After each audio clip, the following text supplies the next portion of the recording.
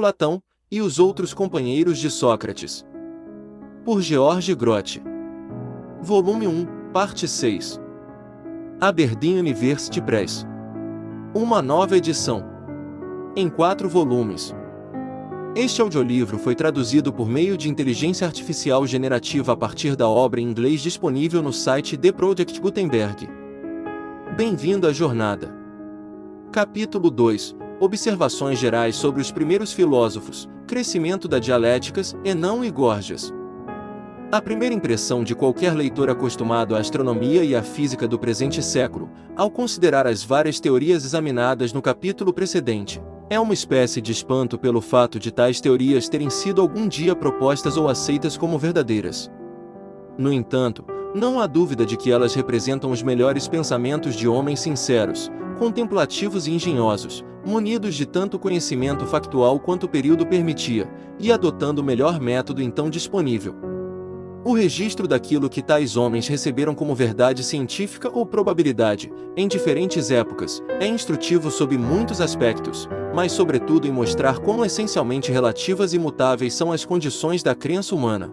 Quão infundada é a suposição de certos filósofos modernos que proclamam determinados primeiros princípios como universais, intuitivos e autoevidentes, quão pouco qualquer teórico pode apreciar, de modo a priori, as causas de crença em uma época materialmente diferente da sua, ou pode formular máximas sobre aquilo que deve necessariamente ser acreditado ou rejeitado por toda a humanidade.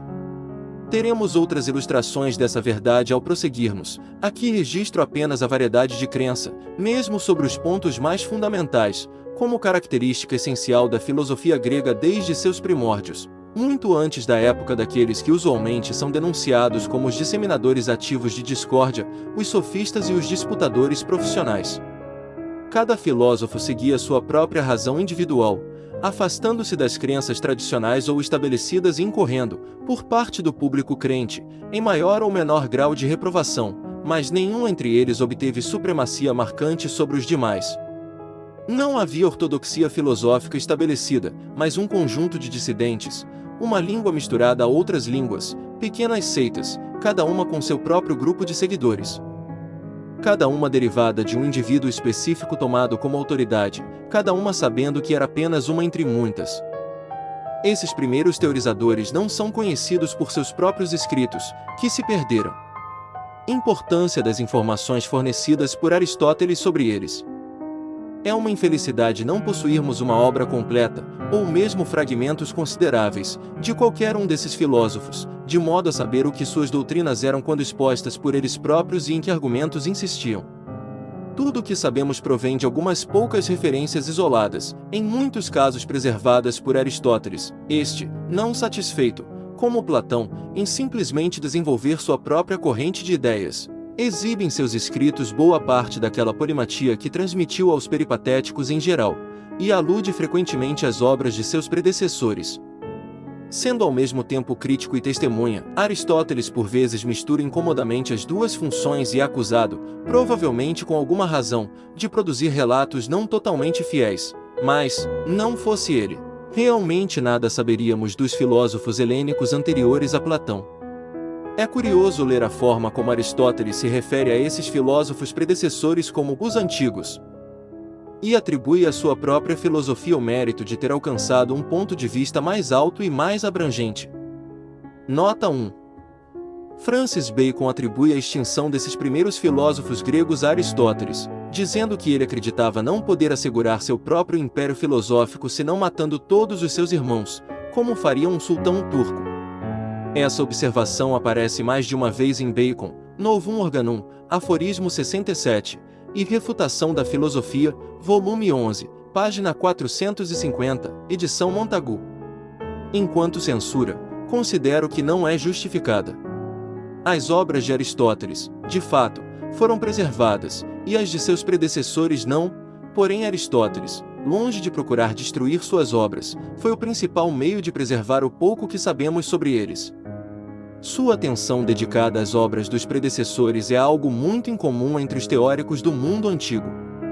Seus amigos Eudemo e Teofrasto seguiram seu exemplo, incorporando a história das doutrinas anteriores em obras próprias, agora infelizmente perdidas. É muito lamentável que nenhum estudioso tenha ainda empreendido o trabalho de reunir e editar os fragmentos das histórias científicas perdidas de Eudemo de Rhodes e de Teofrasto.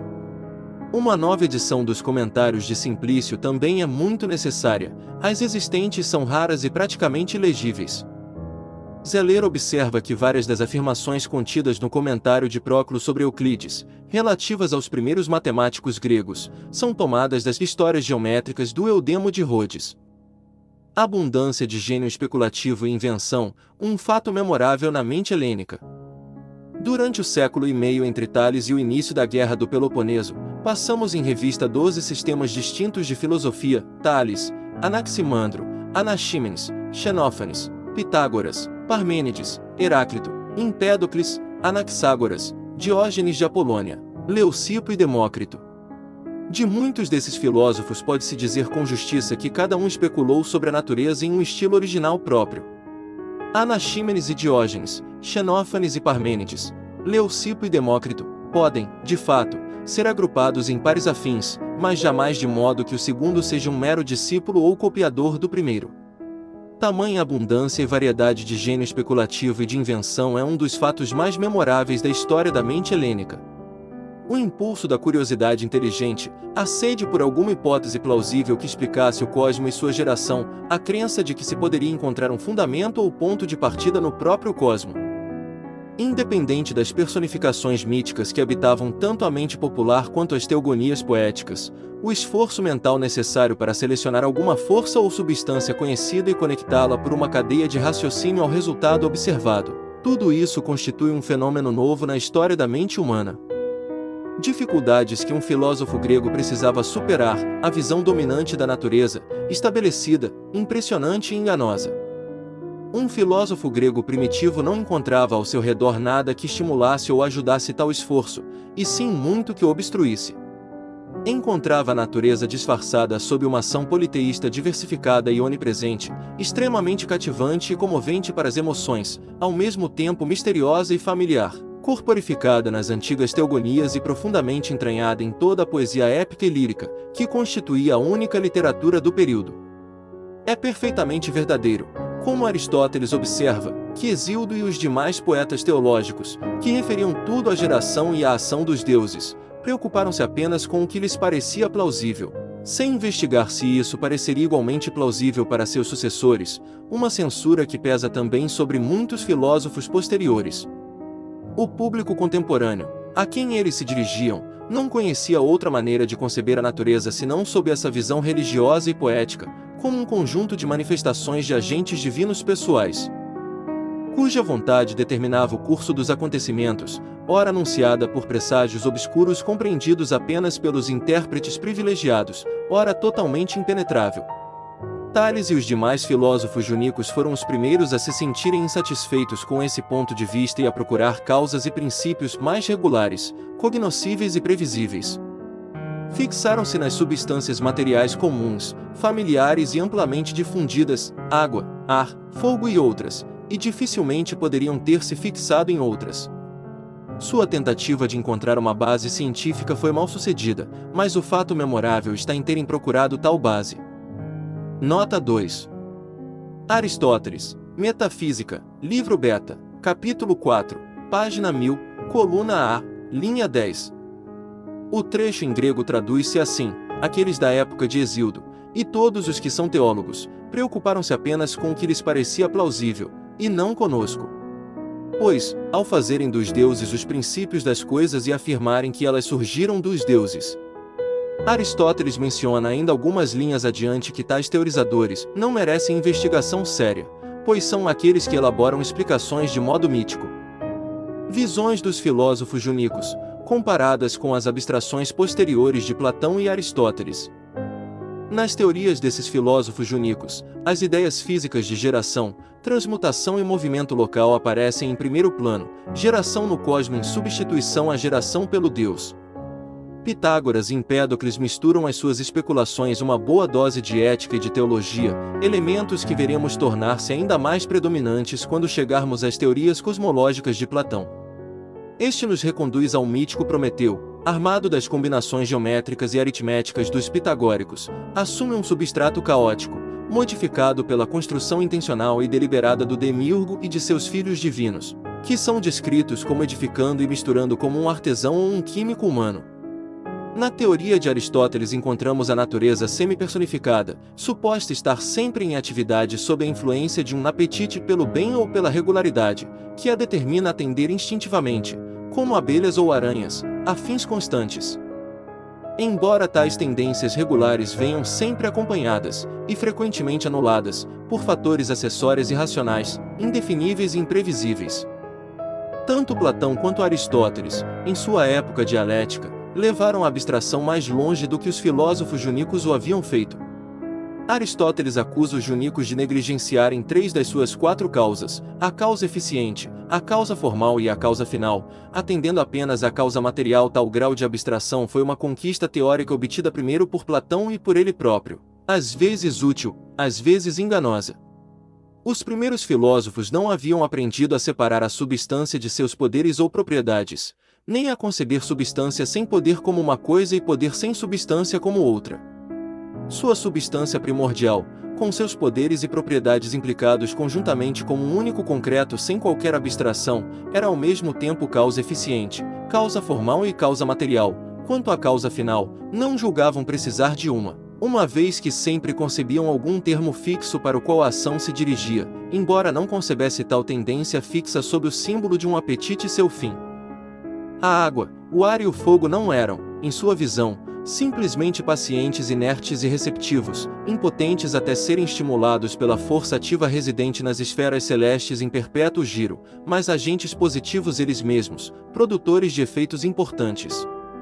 Assim também um geólogo atual, quando especula sobre o estado primitivo do cosmo, raciocina sobre variedades gasosas, fluidas e sólidas de matéria, como manifestando as mesmas leis e propriedades que a experiência atesta, embora manifestadas sob diferentes combinações e circunstâncias. O defeito dos filósofos juníacos, inevitável na época, era que, não possuindo nada além de uma experiência superficial, atribuíam a esses agentes físicos poderes e propriedades irreais, ou exageravam prodigiosamente os reais, de tal modo que a substância primordial escolhida, embora carregando um nome familiar, tornava-se pouco mais que uma ficção. Os pitagóricos fizeram o mesmo com os números, atribuindo-lhes propriedades completamente fantasiosas e imaginárias. Nota 3. Platão, Diálogo, o Sofista, seções 242 a 243, observa sobre esses primeiros teorizadores, assim como Aristóteles observa sobre Hesíodo e as Teogonias, que seguiram apenas sua própria corrente subjetiva de pensamento, sem perguntar se nós, os muitos ouvintes, éramos capazes de acompanhá-los ou se ficávamos para trás no escuro. Creio que isso é verdade, como é para a maioria dos escritores especulativos, mas estou certo de que todos eles teriam feito a mesma queixa se tivessem ouvido Platão lendo seu Timeu. Nota 4. Francis Bacon faz observações notáveis sobre o contraste, nesse aspecto, entre os primeiros filósofos e Aristóteles. Bacon, depois de elogiar os primeiros filósofos gregos por terem adotado como seu primeiro princípio alguma matéria conhecida e positiva, e não uma mera abstração, prossegue dizendo: parecem aqueles antigos, na investigação dos princípios, não ter instituído um raciocínio muito refinado, mas apenas ter feito isto, dentre os corpos visíveis e manifestos, procuravam aquele que mais se destacasse, e aquilo que lhes parecia assim destacado, estabeleciam como o princípio das coisas, como que por excelência, e não verdadeira ou realmente. Mas, se tomam esse seu princípio não por excelência, mas em sentido absoluto, parecem então cair em uma figura de linguagem ainda mais dura, pois a questão se reduz claramente a um equívoco, e não parece que se possa afirmar de um fogo natural, ou de um ar natural, ou de uma água natural aquilo que eles sustentam, mas sim de um fogo imaginário e conceitual, e assim também dos demais, que retém o nome de fogo, mas nega a sua definição essencial. Estabeleceram o princípio segundo a sensação, como um ente verdadeiro, porém o modo como esse princípio opera, tratando-se eles com demasiada liberdade, é fantástico. Francis Bacon, A Filosofia de Parmênides, Telesio e Demócrito, volume 11, páginas 115 a 116, edição Montagu. Aquela matéria despojada e passiva parece ser, totalmente, uma invenção da mente humana. A matéria-primeira deve ser considerada unida ao princípio primeiro de movimento, tal como é encontrada na natureza. Esses três, matéria, forma e movimento, não devem ser separados de modo algum, mas apenas distinguidos, e deve-se afirmar a matéria, seja ela qual for, como ornada, preparada e configurada de tal modo, que toda força, essência, ação e movimento natural possa ser sua consequência e emanação. Quase todos os antigos, Empédocles, Anaxágoras, Anaxímenes, Heráclito, Demócrito, embora divergindo quanto à natureza da matéria-primeira, concordaram nisto, que estabeleceram a matéria como ativa, dotada de alguma forma, e com sua forma operando, contendo em si o princípio de movimento. Francis Bacon, de Parmênides, Telesio e Campanella, Filosofia, páginas 653 a 654, tomo 5. Comparar com o aforismo 1º, parágrafo 50, do Novum Organum. Bacon, A Filosofia de Parmênides, Telesio e Demócrito, volume 11, edição Montagu, páginas 106 a 107. Mas quase todos os antigos, anteriores a Platão, Empédocles, Anaxágoras, Anaxímenes, Heráclito, Demócrito, embora discordando quanto à matéria-primeira, concordaram nisto, que estabeleceram a matéria como ativa, dotada de alguma forma e com sua forma operante, contendo em si o princípio de movimento. Nem é lícito alguém opinar de modo diferente, a menos que queira ser totalmente desertor da experiência. Assim, todos eles submeteram a mente às coisas. Mas Platão submeteu o mundo às ideias, e Aristóteles, além disso, submeteu as próprias ideias às palavras. Em suma, a matéria-primeira deve ser estabelecida unida à forma primeira e também ao princípio primeiro de movimento, tal como existe na natureza. Pois a abstração do movimento gerou infinitas fantasias sobre almas, forças vitais e coisas semelhantes, como se não fossem satisfeitas pela matéria e pela forma, mas dependessem de seus próprios princípios separados. Mas esses três não devem jamais ser separados, apenas distinguidos, e deve-se afirmar a matéria, qualquer que seja ela, de modo tão ornamentado, preparado e configurado que toda a força, essência, ação e movimento natural possam ser sua consequência e emanação. Nem por isso se deve temer que as coisas fiquem inertes, ou que essa variedade que observamos não possa ser explicada, como demonstraremos depois. Playfair também observa, em sua dissertação sobre o progresso da filosofia natural, que precede a Enciclopédia Britânica, página 31. A ciência não apenas permaneceu estacionária, mas frequentemente retrocedeu, e os raciocínios de Demócrito e Anaxágoras eram, sob muitos aspectos, mais sólidos do que os de Platão e Aristóteles. Ver também um bom resumo das concepções cosmológicas de Aristóteles em Ideler, Comentário aos Meteorológicos de Aristóteles, livro 1º, capítulo 2, páginas 328 a 329. Parmênides e Pitágoras, mais aparentados a Platão e Aristóteles. Parmênides e Pitágoras, adotando visões do cosmo mais metafísicas e geométricas do que físicas, forneceram a base sobre a qual as especulações de Platão foram construídas. Aristóteles reconhece Empédocles e Anaxágoras como tendo se aproximado de sua própria doutrina, isto é, uma força abstraída ou considerada separadamente da substância, embora não absolutamente destacada dela. Isso é verdadeiro sobre Empédocles até certo ponto, pois sua teoria admite o amor e a discórdia como agentes, e os quatro elementos como pacientes, mas dificilmente é verdadeiro sobre Anaxágoras, em cuja teoria o nous, isto é, a mente, nada mais faz do que impartir um choque momentâneo, exercendo aquilo que os químicos modernos chamariam de ação catalítica a originar movimento dentro de uma massa estacionária e estagnada de homoiomerias, que, tão logo são libertadas de seu aprisionamento, passam a seguir as tendências inerentes que lhes são próprias, sem receber qualquer impulso ou direção adicional do nous. Vantagem decorrente dessa variedade de imaginação construtiva entre os gregos.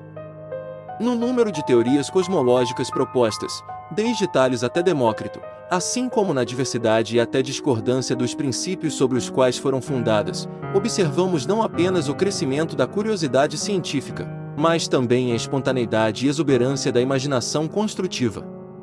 Esta última é um atributo proeminente da mente helênica, exibido com máxima intensidade em suas produções poéticas, oratórias, históricas e artísticas, e então transferido dessas áreas para servir à sua curiosidade científica. Nenhum de seus contemporâneos conhecidos mostrou aptidões comparáveis, nem mesmo os babilônios e egípcios, que eram diligentes observadores dos céus. Agora, a imaginação construtiva não é menos indispensável à formação de teorias científicas do que as composições artísticas, embora, nas duas áreas, seja submetida a condições diferentes e se dirija a critérios e testes mentais distintos. Cada uma dessas primeiras teorias helênicas, embora todas fossem hipóteses e antecipações da natureza, constituía, ao conectar diversos fatos sob princípios inteligíveis, um passo adiante, e o próprio número delas, assim como sua discordância, invocada por Sócrates como argumento para desacreditar o propósito comum a todas, foi, no conjunto, vantajoso. Essa multiplicidade reduziu o dano decorrente das imperfeições de cada teoria, aumentou a probabilidade de expor tais imperfeições, e impediu que alguma delas, com aquela ortodoxia peremptória e inveterada que Platão tanto admira nos egípcios, fosse consagrada como dogma infalível e como modo exclusivo de interpretar os fatos. Todos os teorizadores sofriam de um mesmo defeito, uma experiência escassa e imprecisa. Todos eram movidos por uma emoção vaga, porém poderosa, de curiosidade, que os incitava a ligar passado e presente da natureza por alguns fios inteligíveis e satisfatórios às suas próprias mentes. Cada um seguia alguma analogia própria, que lhe parecia carregar plausibilidade autossuficiente, e cada um encontrava certos fenômenos que apoiavam sua visão particular. Tanto quanto podemos julgar, Leucipo e Demócrito superaram amplamente os demais, seja pelo cuidado que tiveram em elaborar sua teoria, seja pelo número de fatos que conseguiram torná-la compatível. A perda dos volumosos escritos de Demócrito é profundamente lamentável. Nota 5. Carsten observa, em sua exposição da Filosofia de Parmênides, seção 23, página 241. Consideremos primeiro a descrição do mundo. Um tema ilustre e magnífico, no qual, quanto maior era a admiração dos antigos ao contemplá-lo, tanto menor era quase sempre sua diligência em observá-lo. Pois, ao admirarem o ornamento e a beleza do universo, não se esforçaram em apreender, com os sentidos, a sua natureza e a ordem de suas partes, mas procuraram moldá-lo mentalmente segundo aquela imagem de beleza perfeita que residia em suas próprias almas. Assim, como diz Aristóteles, acomodavam a natureza do mundo não às suas concepções e noções, mas suas concepções e noções à natureza do mundo. Tal também foi, em grande medida, o procedimento de Parmênides. Nota 6. Xenofonte, Memórias de Sócrates, livro 1, capítulo 1, parágrafos 13 e 14. Nota 7. Platão, Leis, livro 2, páginas 656 a 657. Nota 8. Sobre o estilo de Demócrito, ver Cícero, sobre o Orador, livro 1, capítulo 11, e o Orador, capítulo 20. Todos esses sistemas doutrinários já circulavam na época de Sócrates, Zênon, Platão e dos dialéticos. Importância do exame crítico proporcionado pela dialética negativa. Ao estudar os escritos de Platão e Aristóteles, devemos lembrar que eles encontraram todos esses sistemas teóricos já existentes ou contemporâneos. Não devemos imaginar que eles foram os primeiros a dirigir um olhar investigativo para a natureza. Na verdade, ocorre justamente o contrário. Aristóteles se mostra, por assim dizer, oprimido tanto pela multiplicidade quanto pela divergência entre seus predecessores, aos quais ele se refere, com uma espécie de indulgente consciência de superioridade, como os antigos. A expressão grega, traduzida aqui, significa exatamente os antigos. A atividade dialética inaugurada por Sócrates e Zênon rebaixou a estima dessas teorias cosmológicas de mais de um modo. Primeiro, pelos novos temas de investigação, o homem e a sociedade, que Sócrates colocou em primeiro plano e tratou como os únicos realmente dignos de discussão. Segundo, pela notável agudeza com que ambos empregaram as armas negativas, trazendo à luz a parte frágil das argumentações adversárias. Quando consideramos o grande número dessas primeiras teorias, e o quanto todas elas necessitavam ser peneiradas e rigorosamente examinadas, reconhecemos o valor do procedimento negativo nesse contexto, independentemente de o negador possuir ou não alguma teoria afirmativa melhor. Além disso, Sócrates não apenas deslocou o objeto central da discussão, da física para a ética, como também trouxe à consciência crítica o próprio método de filosofar, passo que foi posteriormente aprofundado e ilustrado por Platão. Os termos gerais e abstratos, junto com seus significados, passaram a figurar como os problemas capitais da investigação filosófica, e como os elementos governantes da mente humana durante o processo intelectual. Em Platão e Aristóteles, assim como na dialética de sua época, encontramos o significado ou conceito correspondente a esses termos investido de um caráter objetivo e apresentado como uma causa ou princípio, algo a partir do qual, ou pelo qual, as coisas concretas reais eram produzidas. Entidades lógicas, metafísicas e éticas, cuja existência consiste em serem nomeadas e discutidas racionalmente, são apresentadas, por Platão, como os verdadeiros antecedentes e produtores do cosmos sensível e de tudo que ele contém, ou, por Aristóteles, como coeternas ao cosmo, embora constituam seus elementos subjacentes, os princípios, ou fundamentos últimos, nos quais, segundo ele, era propósito e dever do filósofo decompor os objetos sensíveis. Os homens de palavras e debate, os dialéticos ou especuladores metafísicos do período posterior a Zênon e Sócrates, que prestavam pouca atenção aos fatos da natureza, contrastam, na linguagem de Aristóteles, com os filósofos físicos precedentes, que lidavam menos com disputa verbal e mais com observação factual. O contraste que ele tem em mente é entre Platão e Demócrito. Nota 9. Referências de Aristóteles, Geração e Corrupção, livro 1º, página 314, coluna A, linha 6, página 325, coluna A, linha 2, Metafísica, livro Lambda, página 1069, coluna A, linha 25. Ver também o significado da expressão em estilo dos antigos, Metafísica, livro Nu, página 1089, coluna A, linha 2, com a nota de Bunitz. Adam Smith, em seu exame muito instrutivo dos sistemas antigos de física e metafísica, tende em excesso a criticar Platão e Aristóteles como se fossem os primeiros teorizadores e como se não tivessem predecessores. Nota 10. Aristóteles, Geração e Corrupção, livro 1º, página 316, coluna A, linha 6. A tradução do trecho grego é a seguinte: por isso, aqueles que habitaram de modo mais intenso entre os filósofos da natureza conseguem propor princípios capazes de manter conexão por longo tempo, ao passo que aqueles que, vindos de muitos discursos, permanecem sem atentar para os fatos existentes, voltando o olhar apenas para poucos elementos, enunciam suas conclusões mais facilmente. A partir disso, seria possível perceber quanto diferem os que investigam segundo a física e os que investigam segundo a lógica. Essa observação é plenamente condizente com o espírito de Francis Bacon. A expressão traduzida como os que vivem entre os discursos é a forma pela qual Aristóteles caracteriza os filósofos platônicos, na Metafísica, livro Teta, página 1050, coluna B, linha 35. Os primeiros teóricos eram estudados juntamente com Platão e Aristóteles, nos séculos III e II a.C. Tanto pelos estoicos quanto pelos epicuristas, durante os séculos III e II a.C., Demócrito, Empédocles, Anaxágoras e Heráclito eram estudados ao lado de Platão e Aristóteles, por alguns, até mais do que eles. Lucrécio menciona e critica todos os quatro, embora nunca cite Platão ou Aristóteles. Cícero admira profundamente o estilo de Demócrito, cujas obras foram organizadas em tetralogias por trazê-lo, assim como as de Platão. 11. Nota 11. Disse que Epicuro especialmente admirava Anaxágoras, Diógenes Laércio, livro 10º, seção 12. Atributo negativo comum a todos os primeiros teóricos, pouca ou nenhuma dialética. Ao considerar os primeiros teóricos acima enumerados, há grande dificuldade em encontrar qualquer característica positiva aplicável a todos eles. Mas é possível encontrar uma característica negativa, já indicada por Aristóteles.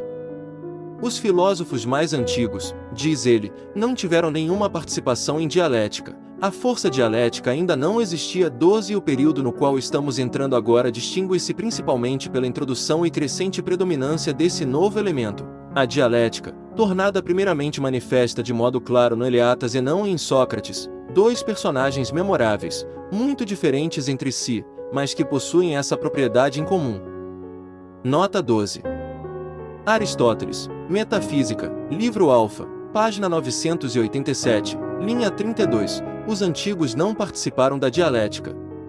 Também em Metafísica, livro Mi, página 1078, linha 25, pois a força dialética ainda não existia, de modo que fosse possível. Zenão de Eleia, Melisso. É Zenão quem é apresentado, com base na autoridade de Aristóteles, como o inventor da dialética, isto é, como o primeiro indivíduo de cuja habilidade na arte do exame cruzado e da refutação foram preservados exemplos ilustrativos notáveis. Ele esteve entre os primeiros que compuseram diálogos escritos sobre questões controversas de filosofia. 13 Tanto ele quanto seu contemporâneo, o samiano Melisso, assumiram a defesa da doutrina de Parmênides. É digno de nota que ambos foram homens politicamente eminentes em suas cidades natais. Chega-se até a dizer que Zenão teria perecido miseravelmente, em tentativas generosas porém infrutíferas de impedir que Eleia fosse escravizada pelo déspota Nearco. Nota 13. Diógenes Laércio, livro 9, seções 25 a 28. Os epítetos aplicados a Zenão por Timon são notáveis. A grande força daquele que fala com dupla língua, não exausta, Zenão, que alcança e apanha a todos, etc. Sempre traduzindo, o verso grego dizia, literalmente, que Zenão era de grande força, dotado de dupla linguagem, não fatigado, e que alcança a todos. A dialética de Zenão, ele refutou os opositores de Parmênides mostrando que as suposições deles levavam a contradições e absurdos. Nós conhecemos os raciocínios de Zenão e de Melisso apenas por meio de fragmentos escassos, e esses fragmentos transmitidos por opositores. Mas é claro que ambos, especialmente Zenão, pressionavam seus adversários com dificuldades sérias, que eram mais fáceis de ridicularizar do que de esclarecer. Ambos partiam do terreno ocupado por Parmênides. Concordavam com ele ao reconhecer o mundo fenomenal, aparente ou relativo, o mundo dos sentidos e da experiência, como objeto de conhecimento, embora de conhecimento incerto e imperfeito. Cada um deles, como Parmênides havia feito, apresentou certas opiniões afirmativas, ou pelo menos conjecturas prováveis, com o propósito de explicá-lo. 14 Mais além desse mundo das aparências, encontrava-se o mundo real, absoluto, ontológico, ultrapessoal ou noumênico, que Parmênides representava como um ser único e contínuo, enquanto seus oponentes sustentavam que ele era plural e descontínuo. Esses oponentes deduziam consequências absurdas e ridículas da teoria do uno. Nisso, tanto Zenão quanto Melisso defenderam Parmênides. Zenão, o melhor dialético dos dois, devolveu o ataque aos defensores da pluralidade absoluta e da descontínua, mostrando que a doutrina deles levava a consequências não menos absurdas e contraditórias do que o ser único de Parmênides. Ele apresentou muitos argumentos distintos, alguns deles eram antinomias, deduzindo das mesmas premissas tanto a afirmação quanto a negação da mesma conclusão. 15. Nota 14. Diógenes Laércio, livro 9, seções 24 a 29. Zeller, História da Filosofia dos Gregos, volume 1, página 424, nota 2, dúvida da afirmação segundo a qual Zenão teria apresentado opiniões prováveis e hipóteses, como Parmênides fizera antes dele, a respeito da natureza fenomenal. Mas eu não vejo fundamento adequado para tal dúvida. Nota 15. Simplício, no comentário à Física de Aristóteles, fólio 30, em sua obra, que contém muitos argumentos, ele mostra, em cada um, que aquele que afirma que existem muitas coisas é levado a dizer o contrário, etc. Consequências da suposição deles de entidades múltiplas descontínuas. Reduções ao absurdo. Se as coisas em si mesmas fossem muitas, dizia ele, elas teriam de ser ao mesmo tempo infinitamente pequenas e infinitamente grandes. Infinitamente pequenas, porque as muitas coisas teriam de consistir em um número de unidades, cada uma essencialmente indivisível, mas aquilo que é indivisível não tem magnitude, ou é infinitamente pequeno, se é que se pode dizer que tenha qualquer existência. 16 Infinitamente grandes, porque cada uma das muitas coisas, se for assumida como existente, deve ter magnitude. Tendo magnitude, cada coisa possui partes que também têm magnitude. Essas partes são, pela hipótese, essencialmente descontínuas, mas isso implica que elas são mantidas separadas umas das outras por partes intermediárias, e essas partes intermediárias, por sua vez, devem ser mantidas separadas por outras. Cada corpo conterá, assim, em si mesmo, um número infinito de partes, cada uma com magnitude. Em outras palavras, ele será infinitamente grande. 17. Nota 16. Aristóteles, Metafísica, livro Beta, capítulo 4, página 1001, coluna B, linha 7. Ainda mais, se a unidade for indivisível, segundo o princípio de Zenão, ela seria nada. Pois aquilo que, sendo acrescentado ou retirado, não torna algo maior ou menor, ele afirma não pertencer às coisas que existem, sendo evidente que aquilo que existe possui magnitude.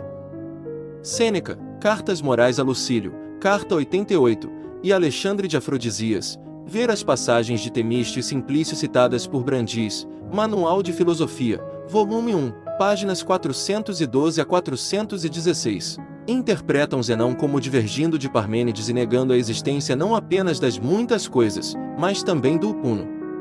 Porém, Zenão parece ter aderido a Parmênides, e ter negado a existência do uno apenas sob a hipótese oposta à de Parmênides, isto é, a hipótese de que as muitas coisas existiam. Zenão raciocinava assim, assumindo que o real ou absoluto é essencialmente divisível e descontínuo, a divisibilidade deve ser levada ao infinito, de modo que nunca se chega a um termo último, a uma unidade real. Se você admite a existência das muitas coisas, você renuncia ao uno. O raciocínio de Zenão, tanto quanto conhecemos, é quase todo dirigido contra a hipótese de entidades múltiplas e descontínuas. Tennyman, História da Filosofia, volume 1, parte 4. Página 205. Pensa que o raciocínio de Zenão é dirigido contra o mundo sensível. Nisso eu não posso concordar com ele. Nota 17. Escolhi-os a Física de Aristóteles, página 334, coluna A, edição de Brandis. Novamente, se as coisas em si mesmas fossem muitas, elas seriam ao mesmo tempo finitas e infinitas em número. Finitas, porque são tantas quantas são, nem mais nem menos, e todo número é um número finito. Infinitas, porque sendo unidades essencialmente separadas e descontínuas, cada uma deve ser mantida afastada das demais por uma unidade intermediária, e essa, por sua vez, por outra intermediária. Suponha uma multidão A, B, C, D, e assim por diante. A e B seriam contínuas, a menos que fossem mantidas separadas por alguma unidade intermediária Z, mas A e Z seriam então contínuas, a menos que fossem separadas por outra coisa, Y, e assim sucessivamente, ao infinito. Do contrário, a descontínua essencial não poderia ser preservada. 18. Nota 18. Ver o argumento citado por Simplício nas palavras do Tratado de Zenão, em pré-ler, História da Filosofia Grega a partir das fontes, página 101, seção 156. Por meio desses dois argumentos 19, derivados da hipótese que afirmava a divisibilidade perpétua e negava qualquer contínuo, Zenão mostrou que tais entidades múltiplas e descontínuas apresentariam atributos contraditórios. Seriam ao mesmo tempo infinitamente grandes e infinitamente pequenas, seriam ao mesmo tempo finitas e infinitas em número. Ele apresentou isso como uma redução ao absurdo da hipótese. Nota 19. Simplício no comentário à Física de Aristóteles, fólio 30, e assim ele mostrou o infinito segundo o número pela divisão em partes, e o infinito segundo a magnitude anteriormente pela mesma argumentação. Compare com Zeller, História da Filosofia dos Gregos, volume 1, página 427. Cada coisa deve existir em seu próprio lugar, o grão de milheto não produz som. Novamente, se as coisas existentes forem muitas e descontínuas, cada uma deve existir em um lugar próprio. Nada pode existir exceto em algum lugar. Mas o lugar é, ele próprio, alguma coisa existente. Cada lugar deve, portanto, ter um lugar no qual existir, e esse segundo lugar deve ter um terceiro lugar no qual existir, e assim por diante. Ao infinito. 20 Temos aqui uma nova redução ao impossível da hipótese original, pois essa hipótese nega a continuidade do espaço e o apresenta como uma multidão de porções ou lugares descontínuos. Nota 20. Aristóteles, Física, livro 4, capítulo 1, página 209, coluna A, linha 22, e capítulo 3, página 210, coluna B, linha 23. Aqui Aristóteles observa que o argumento de Zenão a respeito do lugar é fácil de refutar, e ele prossegue oferecendo uma refutação. Mas sua refutação é completamente insatisfatória. Aqueles que desprezam esses argumentos de Zenão como sofismas deveriam observar o modo como eles foram respondidos na época, ou perto dela. Eudemo, citado por Simplício no comentário à Física de Aristóteles, fólio 131, é necessário que tudo que existe esteja em algum lugar, mas se o lugar é algo existente, em que lugar estaria o lugar? Outro argumento de Zenão tem o seguinte teor: um grão de milheto, quando cai no chão, produz som? Não. Um alqueire de milheto produz som nas mesmas circunstâncias? Sim. Não existe uma proporção determinada entre o alqueire e o grão? Existe. Deve haver, portanto, a mesma proporção entre a sonoridade dos dois. Se um único grão não é sonoro, também 10.000 grãos não podem sê-lo. 21. Nota 21. Aristóteles, Física, livro 7, capítulo 5, página 250, coluna A, linha 20, com os escolios de Simplício sobre a passagem, página 423, edição de Brandis. Para avaliar a contradição destacada por Zenão, devemos lembrar que ele não está aqui raciocinando sobre fatos sensoriais, fenomenais e relativos, mas sobre coisas em si mesmas, realidades absolutas e além do domínio dos fenômenos. Ele não negava o fato sensorial, apelar para esse fato seria conceder seu ponto.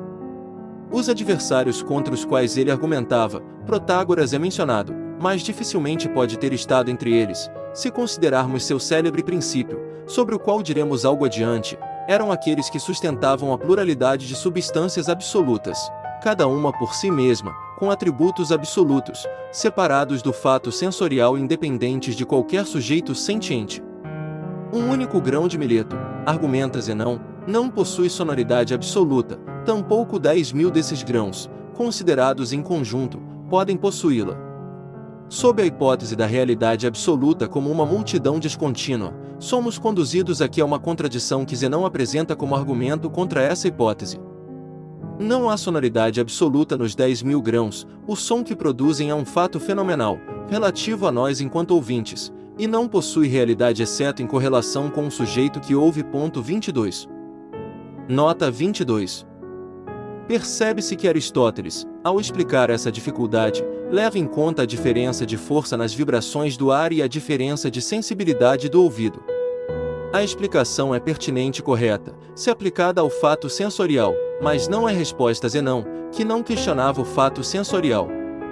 Zenão está atacando a doutrina das substâncias absolutas e da divisibilidade absoluta. Afirmar que 10.000 grãos são sonoros, mas que nenhum deles tomado isoladamente o é, parece-lhe uma contradição semelhante à que se encontra na afirmação de que uma magnitude real é composta de pontos matemáticos. Aristóteles não enfrenta essa dificuldade. Argumentos zenonianos a respeito do movimento. Outros argumentos memoráveis de Zenão contra a mesma hipótese foram aqueles pelos quais ele demonstrou que, se essa hipótese fosse admitida, o movimento seria impossível. Segundo a teoria da pluralidade absoluta e da descontínua, toda linha ou extensão de espaço era divisível em um número infinito de partes. Antes que um corpo em movimento pudesse ir do início ao fim dessa linha, precisaria passar sucessivamente sobre cada uma dessas partes, mas fazer isso em um tempo finito seria impossível, portanto o movimento seria impossível. 23. Nota 23. Aristóteles, Física, livro 6, capítulo 9, página 239, coluna B, com os escolios, página 412 seguintes, edição de Brandis, Aristóteles, Tratado sobre as linhas indivisíveis, página 968, coluna A, linha 19. Esses 4 argumentos contra o movimento absoluto causaram embaraço a Aristóteles e a seus contemporâneos. São 4 os argumentos de Zenão que causam dificuldades aos que tentam respondê-los, e assim por diante. Um segundo argumento da mesma natureza foi apresentado na forma de comparação entre Aquiles e a tartaruga, os mais rápido e mais lento dos seres em movimento. Os dois correm uma corrida, sendo dada à tartaruga uma certa vantagem inicial. Zenão sustenta que Aquiles jamais pode ultrapassar a tartaruga. É claro, segundo o argumento precedente, que o movimento tanto para um quanto para o outro é impossível. Nenhum dos dois pode avançar do início ao fim de qualquer linha sem passar sucessivamente por todas as partes dessa linha, mas essas partes são infinitas em número e, portanto, não podem ser percorridas em tempo finito. Mas suponhamos que essa impossibilidade seja superada, ainda assim Aquiles não alcançará a tartaruga. Pois enquanto Aquiles avança 100 jardas, a tartaruga avança 10, enquanto Aquiles percorre essas 10 jardas adicionais, a tartaruga terá percorrido mais uma jarda, enquanto Aquiles percorre essa jarda restante, a tartaruga terá percorrido 1/10 de jarda, e assim ao infinito.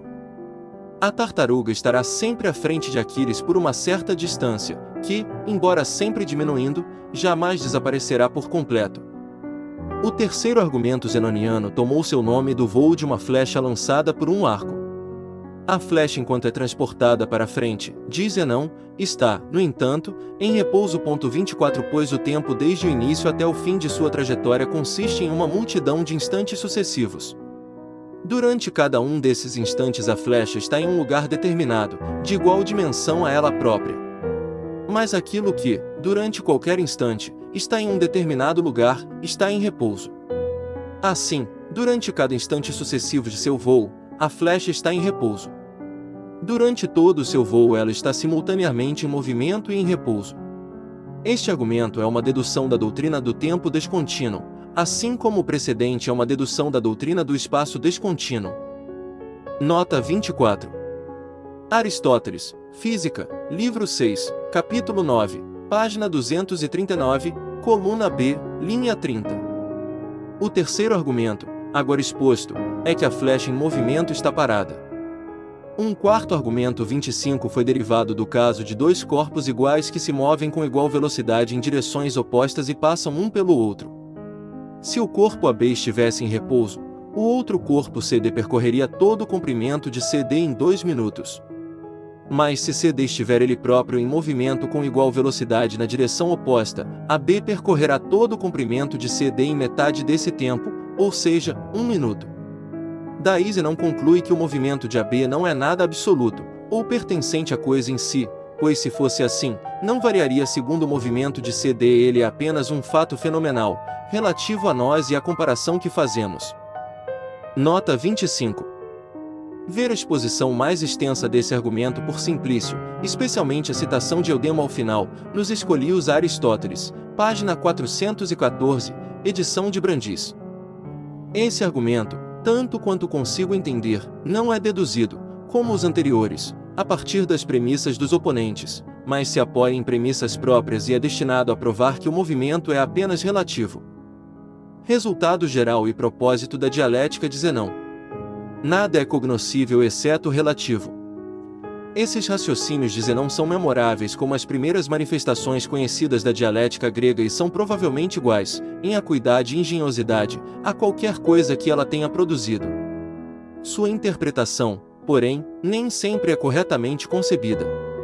A maior parte deles são argumenta ad hominem, consequências contraditórias e inadmissíveis, mas mostradas como derivadas legitimamente de uma hipótese dada, servindo portanto para refutar a própria hipótese.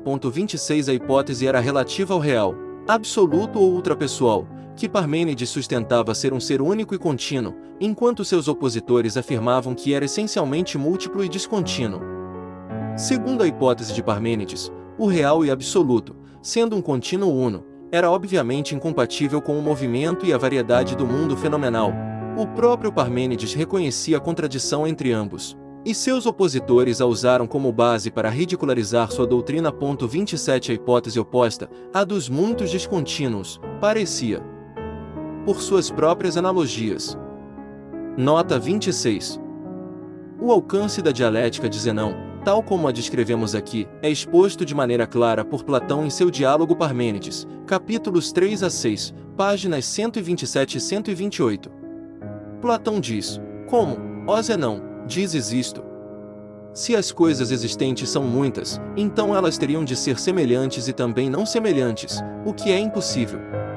E adiante, se é impossível que as coisas semelhantes sejam não semelhantes, e as não semelhantes sejam semelhantes, então é impossível que existam muitas coisas, pois, se existissem muitas, incorreriam no impossível.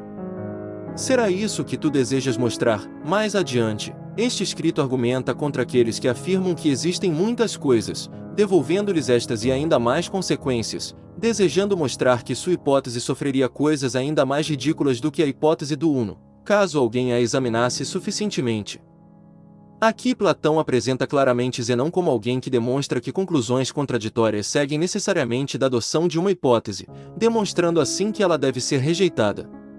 Porém, em outra passagem, no Fedro, capítulo 97, página 261, Platão menciona Zenão sob o nome de Palamedes Eleata, como alguém que mostra sua arte de falar fazendo as mesmas coisas parecerem ao ouvinte semelhantes e não semelhantes, uma e muitas, em repouso e em movimento.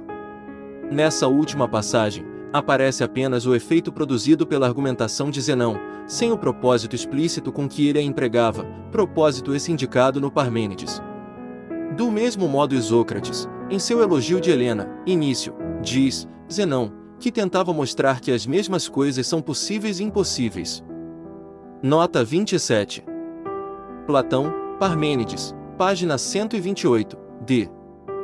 Erro de supor que as reduções ao absurdo feitas por Zenão às doutrinas de seus opositores sejam generalizações obtidas por experiência. O propósito do raciocínio de Zenão é mal compreendido quando se imagina que ele desejava iludir seus ouvintes provando ambos os lados de uma proposição contraditória.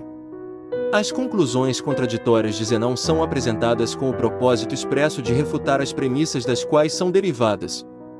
Por essas premissas Zenão não é responsável, pois as toma emprestadas de seus opositores, circunstância que Aristóteles esquece quando censura os argumentos zenonianos como paralogismos, ao afirmar que eles pressupõem que o contínuo, o espaço e o tempo são descontínuos ou divididos em muitas partes distintas. 28 Mas essa descontínua absoluta da matéria, do espaço e do tempo não foi apresentada por Zenão como doutrina própria, ao contrário, é a própria doutrina dos adversários, adotada por Zenão apenas para mostrar que ela conduz a consequências contraditórias e assim refutá-la indiretamente.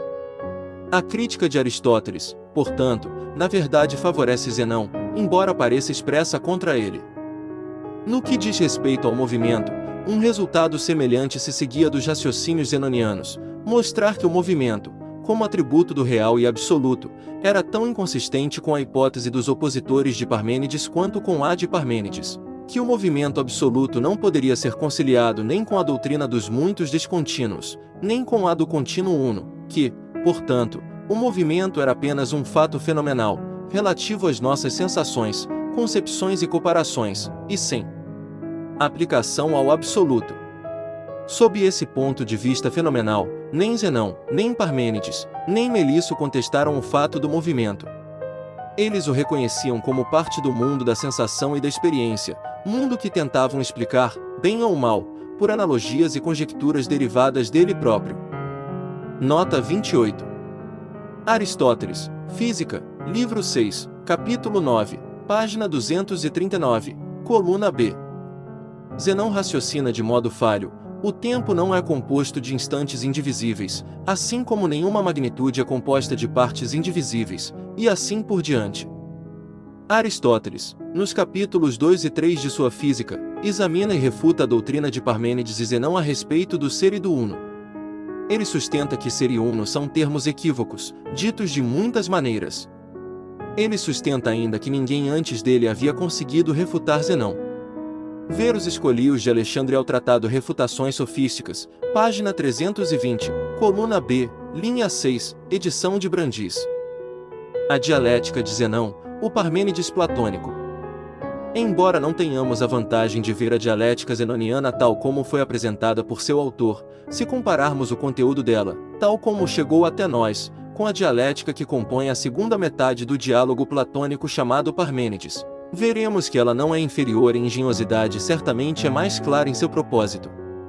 Zenão não fornece nenhum apoio positivo à doutrina de Parmênides, mas apresenta um sólido argumento negativo contra a doutrina contrária. Visões de historiadores da filosofia a respeito de Zenão. Zeller e outros críticos modernos competentes, ainda que admitindo que o raciocínio de Zenão seja válido contra a doutrina oposta, reclamam que ele a trata de modo excessivamente exclusivo, isto é, que um e muitos não se excluem mutuamente, que tanto a doutrina de Parmênides quanto a de seus oponentes seriam verdadeiras ao mesmo tempo, embora nenhuma delas fosse verdadeira com exclusão da outra. Mas, ao refletirmos que o sujeito da predicação, para ambos os lados, era o real, o ser em si, não era provável que nem Parmênides nem seus adversários afirmassem que o real é ao mesmo tempo absolutamente um e contínuo, e absolutamente muitos e descontínuo. 29 Se os adversários de Parmênides tivessem assumido essa posição, Zenão não precisaria ter imaginado deduções para mostrar que a hipótese deles conduzia a conclusões contraditórias, pois as contradições já estariam explicitamente registradas na própria hipótese. Se alguém afirma ambas ao mesmo tempo, elimina o caráter absoluto da predicação, enquanto pertencente incondicionalmente ao ser em si, e a restringe ao fenomenal, ao relativo, ao condicionado, dependente das nossas sensações e de nosso ponto de vista oscilante. Isso não era pretendido nem por Parmênides nem por seus opositores. Nota 29. Que nenhuma delas poderia ser verdadeira quando aplicada ao ser em si parecia indiscutível. Ver o argumento de Sócrates no Parmênides de Platão, página 129, seções B a I. Absoluto e relativo, o primeiro incognoscível. Se, de fato, julgarmos a questão não a partir da posição deles, mas da nossa, resolveremos a dificuldade adotando a resposta mencionada por último. Admitiremos que um e muitos são predicados que não se excluem necessariamente, mas nos absteremos de afirmar ou negar qualquer um deles a respeito do real, do absoluto, do incondicionado, de um objeto absolutamente uno e contínuo, ou de objetos absolutamente múltiplos e descontínuos, separados dos fatos de nossos sentidos e de nossa consciência independentes de qualquer sujeito sentiente, nada sabemos nem podemos afirmar. Ambos esses predicados, muitos, são relativos e fenomenais, fundamentados nos fatos e comparações de nossos próprios sentidos e consciência, e servem apenas para descrever, registrar e classificar tais fatos. Quantidade discreta ou número, ou sucessão de unidades distintas, quantidade contínua, ou movimento e extensão, são duas concepções derivadas da comparação, abstraídas e generalizadas a partir de fenômenos particulares de nossa consciência. O contínuo provém de nossos movimentos e da consciência de energia persistente envolvida neles, o descontínuo provém de nossos movimentos interrompidos e retomados, assim como de nossas impressões sensoriais. Comparamos uma quantidade discreta com outra, ou uma quantidade contínua com outra, e assim estabelecemos muitas verdades importantes, mas escolhemos nossa unidade, ou nosso padrão de movimento e extensão, como quisermos, ou segundo a conveniência, sujeitos apenas à necessidade de adaptar nossos cálculos posteriores a essa unidade, uma vez escolhida.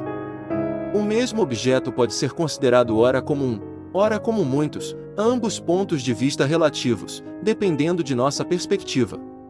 Movimento, espaço, tempo podem ser considerados quer como contínuos, quer como descontínuos. Podemos raciocinar sobre eles de um modo ou de outro, mas não devemos confundir os dois pontos de vista. Porém, quando somos chamados a sair do relativo e decidir entre Parmênides e seus oponentes, se o absoluto é uno ou múltiplo, só temos de nos abster de afirmar qualquer um, ou seja, confessar nossa ignorância.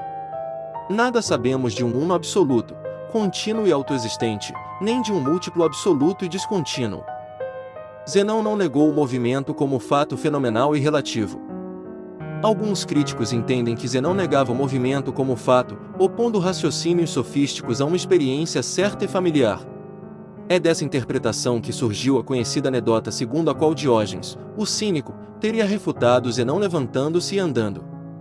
Mas não interpreto assim o objetivo do argumento zenoniano. Ele não negava o movimento como fato. Este, para ele, se apoiava na evidência dos sentidos, reconhecida por todos. Portanto, o movimento era apenas um fato fenomenal, relativo à nossa consciência, sensação, movimentos e comparações.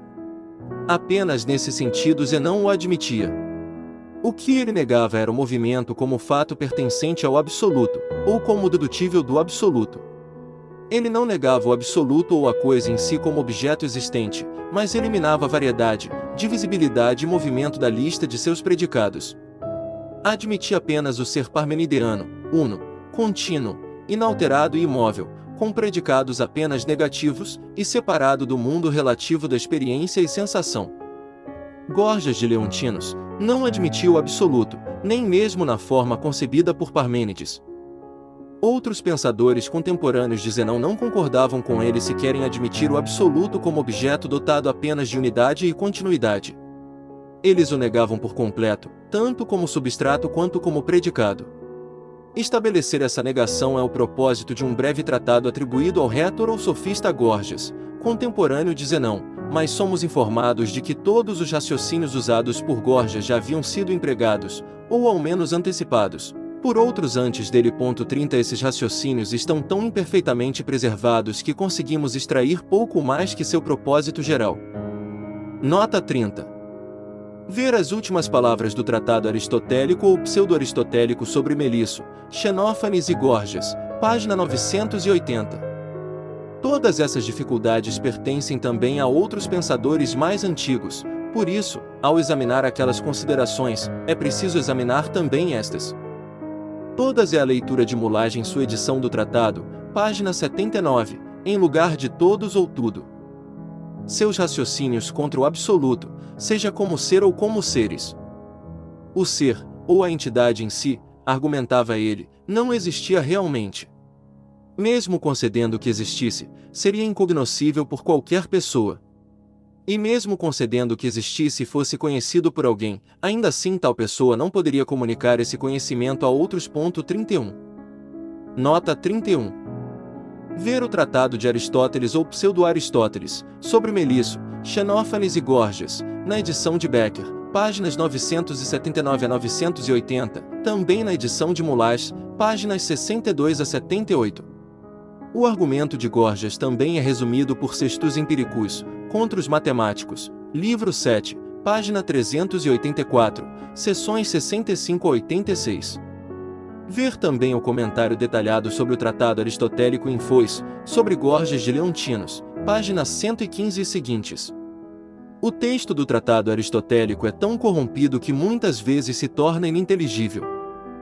Quanto ao primeiro ponto, o ser não era mais real ou existente do que o não ser. A palavra não ser deve ter um significado objetivo, assim como a palavra ser era não ser, portanto era, ou existia.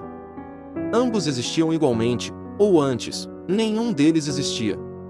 Além disso, se o ser existia, ele deveria existir ou como uno ou como múltiplo, ou como eterno ou como gerado, ou em si mesmo, ou em algum outro lugar. Mas Melisso, Zenão e outros filósofos precedentes haviam mostrado razões suficientes contra cada uma dessas alternativas quando tomadas separadamente. Cada um dos predicados essenciais alternativos fora refutado separadamente, portanto, o sujeito, o ser, não poderia existir sob qualquer deles, ou não poderia existir de modo algum. O ser incogitável e incognoscível. Quanto ao segundo ponto, admitamos que o ser ou os seres existam, ainda assim, argumentava Gorgias, seriam incogitáveis e incognoscíveis. Ser cogitado não é mais atributo do ser do que do não ser. O fato de cogitar não exige o ser como condição, nem atesta o ser como absoluto ou como coisa em si. Se nosso ato de cogitar exigisse ou atingisse o ser como objeto indispensável, então não poderia haver objetos fictícios na cogitação, nem proposições falsas. Pensamos em um homem voando no ar, ou em uma corrida de bigas na superfície do mar. Se nossos objetos mentais fossem realidades, esses também teriam de ser, assim como os demais, e se apenas realidades fossem objeto da cogitação, então esses não poderiam ser pensados. Como não ser é inegavelmente objeto da cogitação, então o ser não pode ser seu objeto, pois o que é verdadeiro de um desses contrários não pode ser verdadeiro do outro. O ser, mesmo se concedido como cognoscível, ainda assim é incomunicável a outros. Quanto ao terceiro ponto, admitindo que o ser existe e seja conhecido por você, ainda assim você, dizia Gorgias, não pode declará-lo nem explicá-lo a qualquer outro. Você afirma ter aprendido que o ser é em si, por sua visão ou outras percepções, mas declara isso a outros por meio de palavras, e essas palavras não são o ser absoluto, nem trazem o ser diante do ouvinte. Mesmo que você próprio conheça o ser, não pode, por suas palavras, permitir que outro conheça. Se ele deve conhecer o ser, precisa conhecê-lo do mesmo modo que você. Além disso, nem suas palavras, nem o próprio ser, transmitir-se ao ouvinte produzindo nele o mesmo conhecimento que em você, pois o mesmo conteúdo não pode estar simultaneamente em dois sujeitos distintos, e mesmo que pudesse, Como você e o ouvinte não são completamente iguais, o efeito do mesmo objeto sobre ambos não parecerá idêntico. 32. Nota 32. Nesse terceiro ramo do argumento, mostrando que o ser, mesmo se conhecido, não pode ser comunicável a outros, Gorgias vai além do absoluto e dirige seu raciocínio também contra a comunicabilidade do relativo ou fenomenal. Ambos os argumentos dele têm algum fundamento e servem para demonstrar que essa comunicabilidade não pode ser exata ou integral, mesmo no caso dos fatos sensíveis. As sensações, pensamentos e emoções de uma pessoa não são exatamente como os de outra. Assim é o raciocínio, tanto quanto podemos reconstruí-lo, pelo qual Gorgias tentou demonstrar que o ser absoluto não era existente, nem cognoscível, nem comunicável por palavras de uma pessoa para outra. Zenão e Gorgias, contrastados com os primeiros filósofos gregos. Os argumentos tanto de Zenão quanto de Gorgias, este último expondo ideias já apresentadas por pensadores anteriores, datam de um período que coincide com a segunda metade da vida de Sócrates, e evidenciam um novo espírito e propósito na filosofia grega, quando comparada aos jônios, aos dois primeiros eleatas e aos pitagóricos. Zenão e Gorgias exibem de modo marcante o novo elemento da dialética, a força do braço negativo na filosofia grega, trazida à arena contra aqueles que dogmatizavam ou propunham teorias positivas, a fertilidade da imaginação grega em sugerir dúvidas e dificuldades, para as quais os dogmáticos, se desejassem sucesso e reputação, precisavam fornecer respostas. Zenão dirigiu seu ataque contra um esquema de filosofia, a doutrina dos muitos absolutos, deixando implicitamente sua doutrina rival, o uno absoluto de Parmênides, como a única remanescente no campo, ainda que sem lhe fornecer novas defesas contra objeções. Gorgias atacou a filosofia do absoluto em qualquer uma de suas formas, uno ou múltiplo, não com o propósito de deixar alguma terceira forma como sobrevivente, ou de oferecer algum substituto de sua própria invenção, mas para mostrar que o ser, o objeto da investigação filosófica, não podia ser encontrado nem conhecido. O propósito negativo, recusando por completo a filosofia da natureza, tal como então concebida, não como hoje concebida, foi assumido sem reservas por Gorgias, como veremos também que o foi por Sócrates. Novo caráter da filosofia grega, antítese entre o afirmativo e o negativo, prova e refutação. É a abertura dessa veia negativa que confere, a partir desse momento, um novo caráter à filosofia grega. As forças positiva e negativa, emanando de aptidões distintas da mente humana, passam agora a desenvolver-se ambas ativamente, em vigorosa antítese uma com a outra. A filosofia não está mais exclusivamente nas mãos de dogmáticos, cada qual procurando em sua imaginação o ser absoluto da natureza e propondo aquilo que julga ser a única solução para o problema. Tais pensadores continuam sua vocação, mas sob novas condições de êxito e sujeitos ao escrutínio de numerosos críticos dissidentes. Já não basta mais propor uma teoria 33 em metáforas obscuras e oraculares, ou em aforismos semipensáveis, como Heráclito, ou em verso mais ou menos impressionante, como Parmênides ou Empédocles. A teoria precisa ser sustentada por provas, protegida contra objeções, defendida contra imputações de inconsistência. Além disso, deve ser comparada com outras teorias rivais, cujos defeitos devem ser expostos juntamente com ela. Aqui surgem novas exigências, às quais os filósofos dogmáticos não estavam anteriormente sujeitos. Agora se exigia que fossem mestres na arte dialética de ataque e defesa, não temendo o combate de pergunta e resposta, combate no qual, supondo igualdade razoável entre os contendores, o interrogador tinha a vantagem da posição 34 e a vantagem adicional de escolher onde desferir seus golpes. Expor falácias ou inconsistências revelou-se processo mais fácil e demonstração de engenho mais apreciada do que descobrir e estabelecer uma verdade de modo a obter assentimento geral. A arma da negação, da refutação, do interrogatório, começou a ser manejada por si mesma, e mostrou-se difícil de rebater pelos filósofos afirmativos da época. Nota 33. A aversão dos filósofos heraclíteos ao escrutínio da interrogação dialética é descrita por Platão em linguagem forte, de fato até caricatural, no Diálogo Teeteto, linhas 179 a 180. Nota 34. Teócrito, Idílio 22, verso 83, descrição do combate pugilístico entre Pólux e Amico. Ali lhe sobreveio grande esforço, quando cada um buscava obter nas costas do outro o brilho do sol. Mas tu, ó Pólux, superaste o grande homem por perícia. E toda a face de Amico foi atingida pelos raios. O costume de tirar a sorte para ver quem fica com o sol ainda não havia sido introduzido entre pugilistas. Apêndice.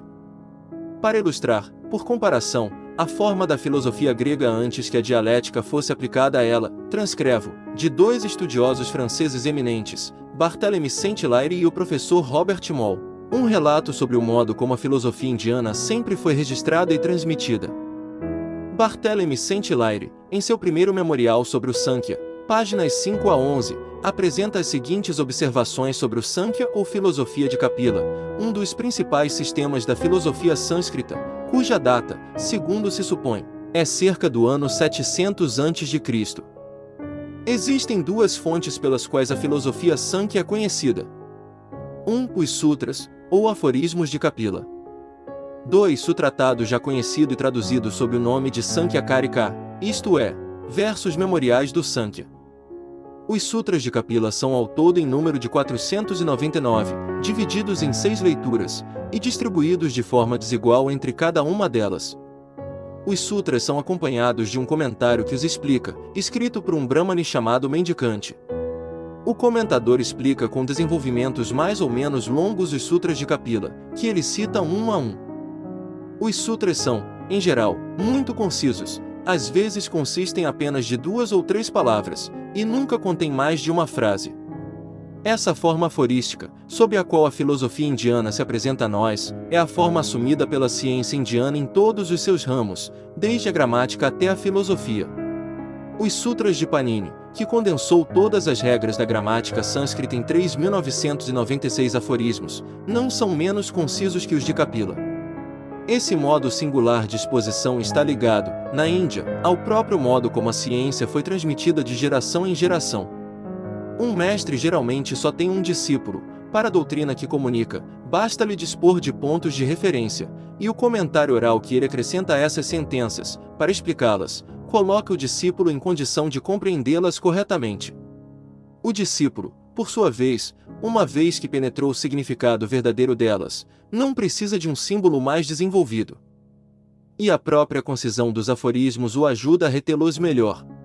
É uma iniciação que ele recebeu, e as sentenças nas quais essa iniciação se resume permanecem sempre suficientemente claras para ele. Mas não é o mesmo para leitores estrangeiros, e seria difícil encontrar algo mais obscuro do que esses sutras. Nem mesmo os comentários bastam sempre para torná-los perfeitamente inteligíveis. O único exemplo de uma forma análoga na história do espírito humano e da ciência no Ocidente é fornecido pelos aforismos de Hipócrates. Também eles se dirigiam a adeptos e exigiam, como os sutras indianos, a explicação dos mestres para serem bem compreendidos pelos discípulos. Mas esse exemplo único não teve continuidade no mundo ocidental, ao passo que no mundo indiano o aforismo permaneceu, por longos séculos, como a forma especial da ciência, e os desenvolvimentos de pensamento que nos são habituais, e que nos parecem indispensáveis, ficaram reservados aos comentários. A Sankhya Karika é em verso. Na Grécia, a poesia foi durante algum tempo a língua da filosofia. Empédocles e Parmênides escreveram seus sistemas em verso. Não foi Kapila quem a escreveu. Entre Kapila e o autor da Karika, Svara Krishna, deve-se contar ao menos alguns séculos, e o segundo apenas redigiu em versos, para auxiliar a memória dos alunos, a doutrina que o mestre havia deixado sob forma axiomática.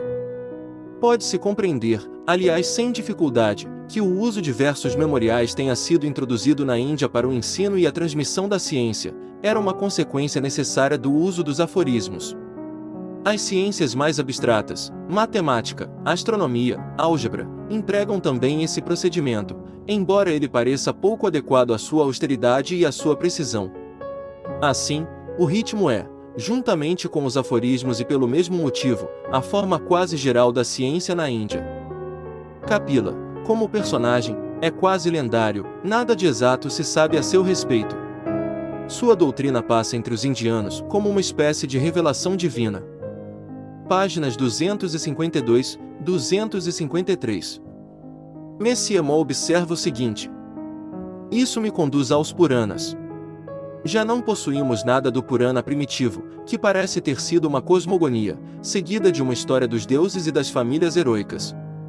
As seitas acabaram por se apropriar desse quadro, após transformações cujo número e cujas épocas ignoramos, e deles se serviram para exaltar cada qual o seu Deus, e para fundir aí, com restos da antiga tradição, sua mitologia mais moderna. O que os Puranas são para o povo, os 6 sistemas de filosofia o são para os eruditos. Encontramos esses sistemas na forma abstrusa que os hindus gostam de dar à sua ciência. Cada escola tem seus aforismos que, sob a forma de versos mnemônicos, contém, no menor número possível de palavras, todos os resultados de uma escola. Mas não temos qualquer informação sobre os começos da escola, sobre as discussões que a elaboração do sistema deve ter provocado, sobre os homens que nela tomaram parte, sobre o curso e o desenvolvimento das ideias. Temos o sistema em sua forma final. E nada nos permite preencher o espaço que o separa das teorias mais vagas que se encontram nos últimos escritos da época védica, a qual, no entanto, tudo pretende se vincular. A partir desses aforismos, possuímos comentários e tratados de exposição e de interpretação, mas as ideias primeiras, os termos técnicos e o sistema inteiro já estão fixados anteriormente. Todos esses sistemas repousam sobre uma análise psicológica muito refinada, e cada um tem sua terminologia precisa, a qual a nossa corresponde apenas de forma muito imperfeita. É preciso, portanto, sob pena de se enganar e enganar seus leitores, que os tradutores criem uma multidão de termos técnicos, o que não é a menor das dificuldades desse trabalho. Robert Moll, Relatório Anual apresentado à Sociedade Asiática, ano de 1863, páginas 103 a 105, edição em coletânea, 27 anos de História dos Estudos Orientais, volume 2, páginas 496, 498 e 499. Quando o propósito é simplesmente fixar afirmações na memória e associá-las a fortes emoções de crença reverente, versos mnemônicos e aforismos são suficientemente adequados. Empédocles empregou o verso, Heráclito e os pitagóricos expressaram-se em aforismos, símbolos breves, semi-compreensíveis, de efeito marcante. Mas, se a filosofia deve algum dia ser trazida para fora desse crepúsculo e colocada na condição de verdade fundamentada em razões, isso não pode ser feito sem submeter todas as afirmações ao exame cruzado de opositores, ao escrutínio de uma dialética negativa. É a teoria e a aplicação dessa dialética que estamos prestes a acompanhar em Sócrates e em Platão.